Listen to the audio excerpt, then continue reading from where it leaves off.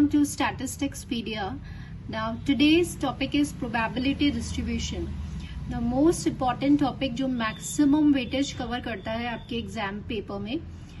And this यहाँ पे हम जो एक questions ले रहे हैं वो PYQs and 2022 पेपर के जो आपके एग्जाम में आए हुए हैं प्लस कुछ एडिशनल क्वेश्चंस है.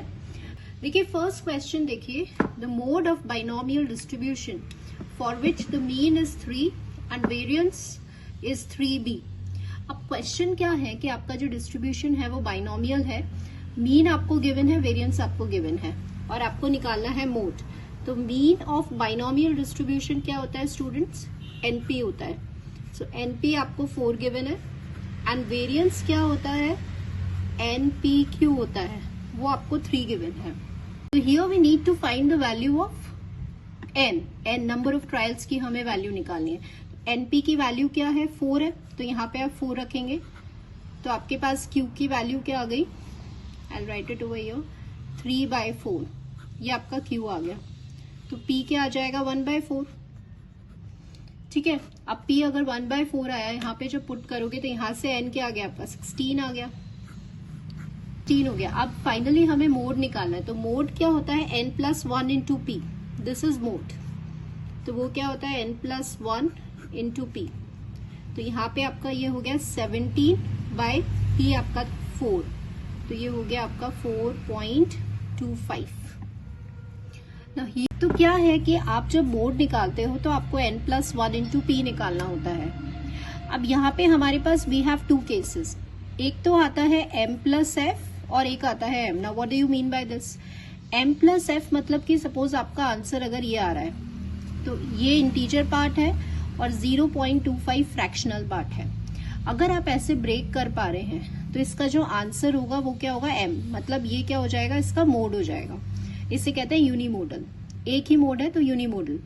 अब सपोज अगर आपका आंसर 2 आ रहा है, n+1 p फाइंड आउट करने पे 2 आ रहा है, तो 2 क्या है? एक इंटीजर है, राइट? इसमें कोई भी फ्रैक्शनल पार्ट जो है वो नहीं है. तो अगर इंटीजर है तो फिर आपके पास मोड का आंसर क्या हो जाएगा? m हो जाएगा और m-1 हो जाएगा. तो इसे कहते हैं बाई मोडल. ठीक है. अब यहाँ पर आइए, इस वाले केस में आपके पास 4 प्लस, तो आप इसको ब्रेक करेंगे तो 4 + 0.25 तो मतलब m+f. इंटीजर पार्ट भी मिल गया, फ्रैक्शनल पार्ट भी मिल गया. तो right now I told you अगर इंटीजर और फ्रैक्शनल पार्ट दोनों है तो आंसर क्या होगा? m होगा. ये वाला आंसर होगा. तो यहाँ पे आंसर क्या हो जाएगा? 4 हो जाएगा. इंटीजर पार्ट हो जाएगा. तो answer for this question will be 4. और ये क्या है? यूनिमोडल. यूनिमोडल ऐसे भी क्वेश्चन आ सकता है. अभी तो आपसे सिंपल पूछा है नंबर. ऐसे भी आ सकता है कि यूनिमोडल है, बाई मोडल है. तो इसका आंसर क्या हो जाएगा? आंसर क्या हो जाएगा? यूनिमोडल. ठीक है, क्योंकि आप इसको ब्रेक कर पा रहे हैं m+f वाले फॉर्म में. नेक्स्ट देखिए, the characteristic function of the symmetric binomial distribution. What do you mean by this? Symmetric. Symmetric मतलब क्या समझते हैं? सिमेट्रिक बाइनोमियल डिस्ट्रीब्यूशन मतलब p और q की जो वैल्यू है वो हाफ हो गई, इसका मतलब सिमेट्रिक होता है. और यहाँ पे बोला है कि आपको कैरेक्टरिस्टिक फंक्शन फाइंड करना है सिमेट्रिक बाइनोमियल डिस्ट्रीब्यूशन का, और n आपको क्वेश्चन में गिवन है, n इट इज 4. तो कैरेक्टरिस्टिक फंक्शन बाइनोमियल डिस्ट्रीब्यूशन का क्या होता है? q + p i/t की पावर n. ठीक है, ये कैरेक्टरिस्टिक फंक्शन है.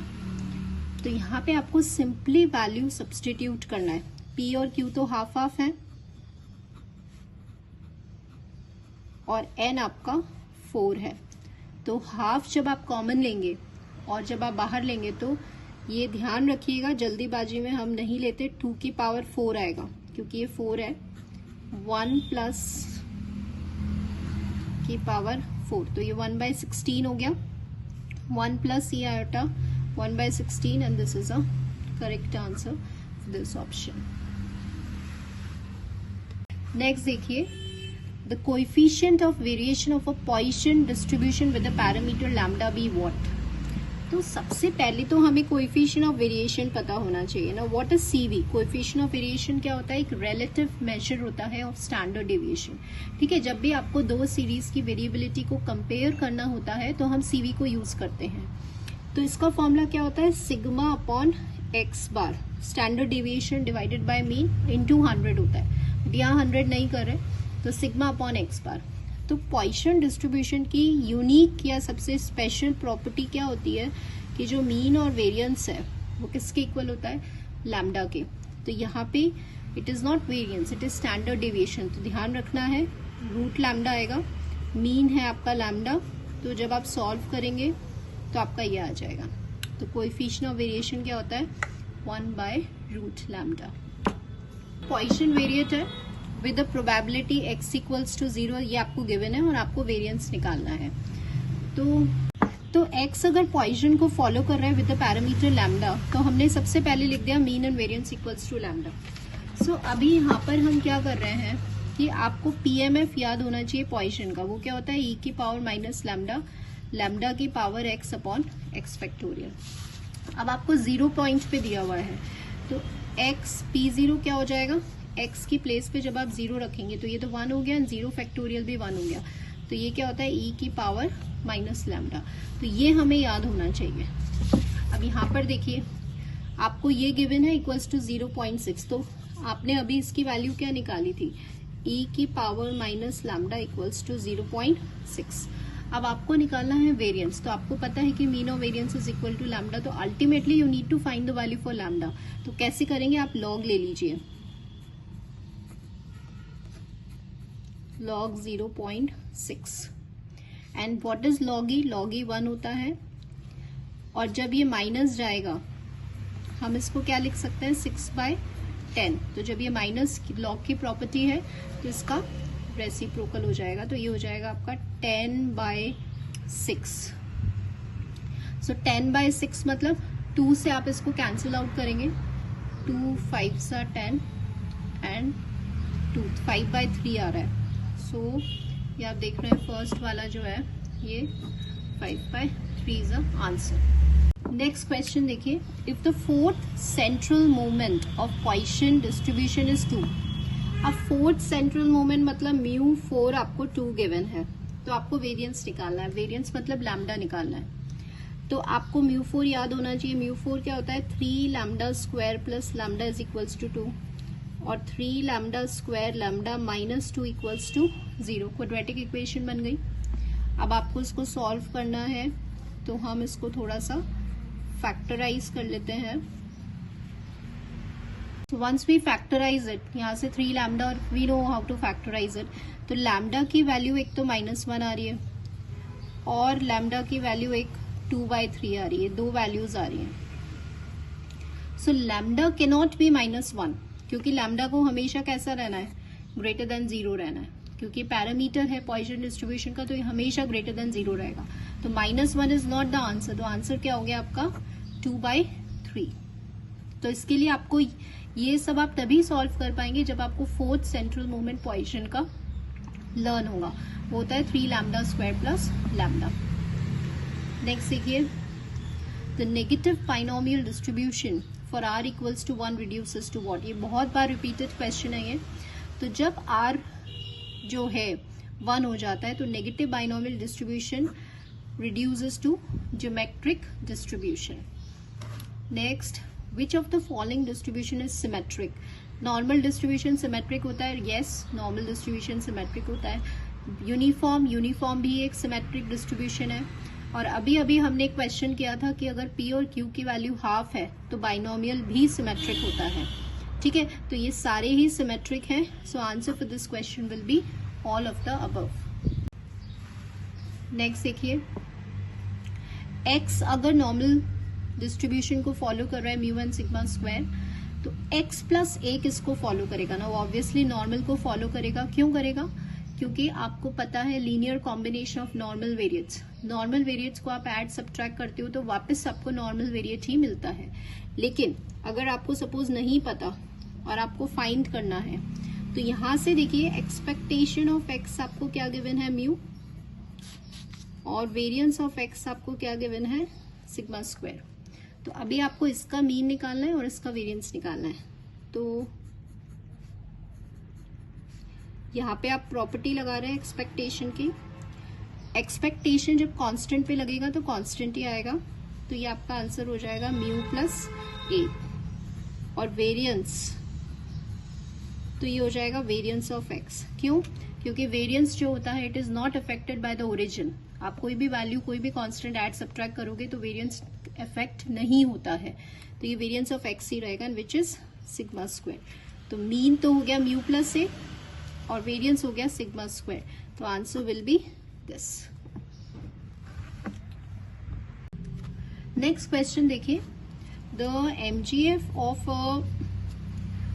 Of X is this, then the mean and variance we want. तो स्टूडेंट्स, हमने क्या पढ़ रखा है, जब हम इसको देख रहे हैं तो यहाँ पे टी और टी स्क्वायर दोनों पैरामीटर आ रहे हैं। तो अब ये एमजीएफ आपको याद होने चाहिए। हमने ये एमजीएफ पढ़ा था नॉर्मल डिस्ट्रीब्यूशन में, राइट? कि अगर नॉर्मल डिस्ट्रीब्यूशन है तो उसका एमजीएफ होता है ई की power mu T plus half sigma square T square. ये हमने एमजीएफ स्टडी किया था नॉर्मल के लिए। अब यहाँ पे सिंपल ये फॉर्म दिया हुआ है, तो हमें कुछ नहीं करना, इसको और इसको कंपेयर करना है। तो टी का कोएफिशिएंट जब कंपेयर करोगे तो म्यू तो क्या आएगा, 3 आएगा। और टी स्क्वायर का जब कंपेयर करेंगे तो हाफ सिग्मा स्क्वायर किसके इक्वल है, 8 के। तो सिग्मा स्क्वायर किसके इक्वल आ गया, 16 के। आपसे पूछा है मीन, तो मीन तो हो गया 3 और वेरिएंस हो गया 16। तो 3,16 इज अ करेक्ट आंसर। ठीक है, तो यह कई बार क्या होता है, जल्दीबाजी में हमें हाफ कंसिडर नहीं करते हैं बाय कंपेयरिंग, तो आपको इसका ध्यान रखना है, इसीलिए इंपॉर्टेंट क्वेश्चन है। सो स्टूडेंट्स, इट्स टाइम बहुत कम है और हमें बहुत सारा सिलेबस करना है, so practice more and more questions and share to maximum students, ताकि वो भी बहुत सारे क्वेश्चंस प्रैक्टिस कर पाए। चलिए नेक्स्ट क्वेश्चन करते हैं। Random variable has a uniform distribution of the interval this, then its variance be what. अब देखिए, हमें क्या पता है कि x अगर यूनिफॉर्म डिस्ट्रीब्यूशन को फॉलो कर रहा है तो आपको सबसे पहले मैं fx लिख देती हूँ, क्योंकि ये भी आपको याद होना चाहिए, b माइनस ए होता है ना, a टू b इसका रेंज होता है। ये अपना यूनिफॉर्म डिस्ट्रीब्यूशन है।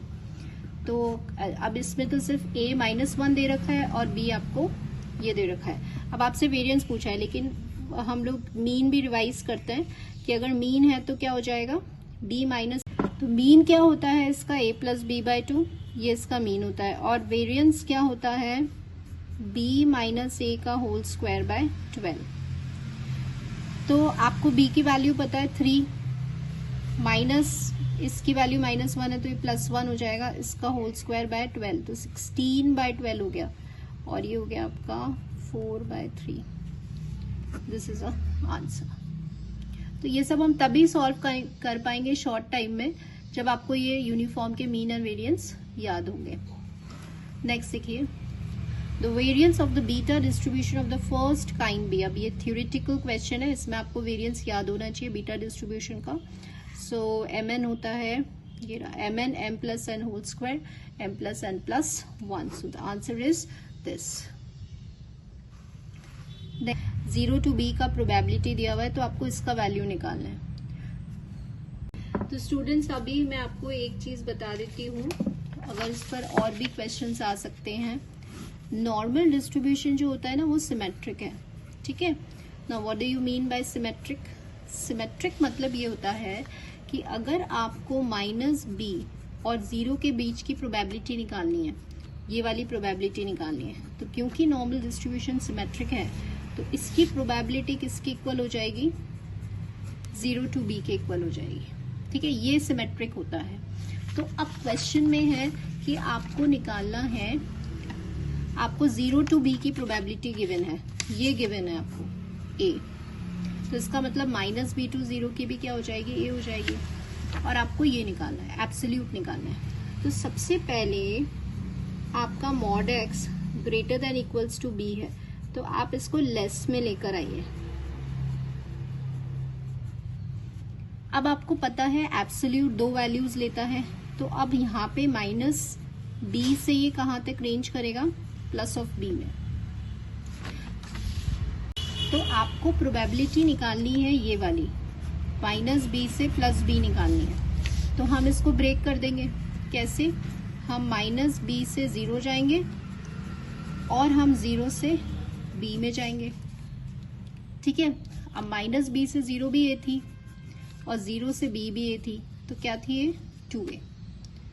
तो इसका मतलब अब आपका ये वाली प्रोबेबिलिटी 2a हो गई, तो आंसर क्या हो गया 1 minus 2a will be the answer.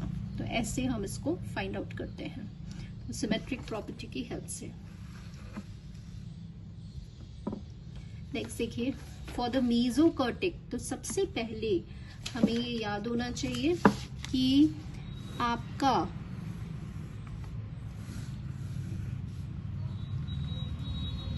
ये जो कर्व है पीक्ड वाला, इसे कहते हैं लेप्टोकर्टिक। ठीक है, लेप्टोकर्टिक। लेप्टोकर्टिक मतलब बीटा 2 की वैल्यू 3 से बड़ी, बीटा 2 इज ग्रेटर देन 3। ये जो सिमेट्रिक वाला कर्व है नॉर्मल, ये नॉर्मल कर्व होता है, इसे कहते हैं मीजोकर्टिक। यहाँ पे बीटा 2 की वैल्यू 3 है, और ये जो फ्लैट वाला कर्व है इसे कहते हैं प्लेटिकर्टिक। यहाँ पे बीटा 2 की वैल्यू लेस देन 3 है। तो ये टर्म्स हमें याद होनी चाहिए, क्वेश्चन कैसा भी हो सकता है। अब जैसे यहाँ मीजोकर्टिक है, मीजोकर्टिक में बीटा 2 की वैल्यू क्या होती है 3 होती है। एंड मीजोकर्टिक कौन सा डिस्ट्रीब्यूशन होता है, नॉर्मल डिस्ट्रीब्यूशन, और नॉर्मल डिस्ट्रीब्यूशन सिमेट्रिक डिस्ट्रीब्यूशन भी होता है। तो अभी बहुत सारी चीजें हमें पता लग गई कि नॉर्मल डिस्ट्रीब्यूशन सिमेट्रिक होता है, मीजोकर्टिक होता है, बीटा 2 की वैल्यू 3 होती है, बीटा 1 की वैल्यू 0 होती है। ठीक है, अब देखिए the relation between the second central movement and the fourth central movement. तो यहाँ पे कुछ नहीं किया, मीजोकर्टिक की डेफिनेशन ही लगाई है अभी अपन ने, इसी से आपका ये आंसर आ जाएगा। Now what is beta 2?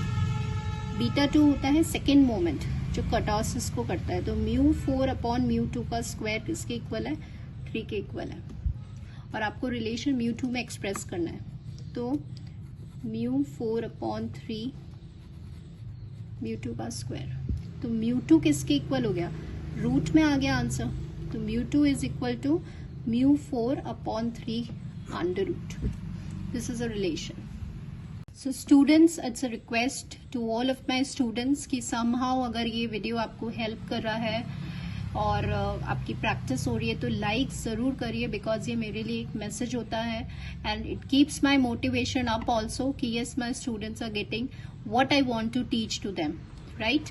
So next question, if x1 and x2 are independent standard normal variate, x1 standard normal variate मतलब ये, and x2 is again a standard normal variate।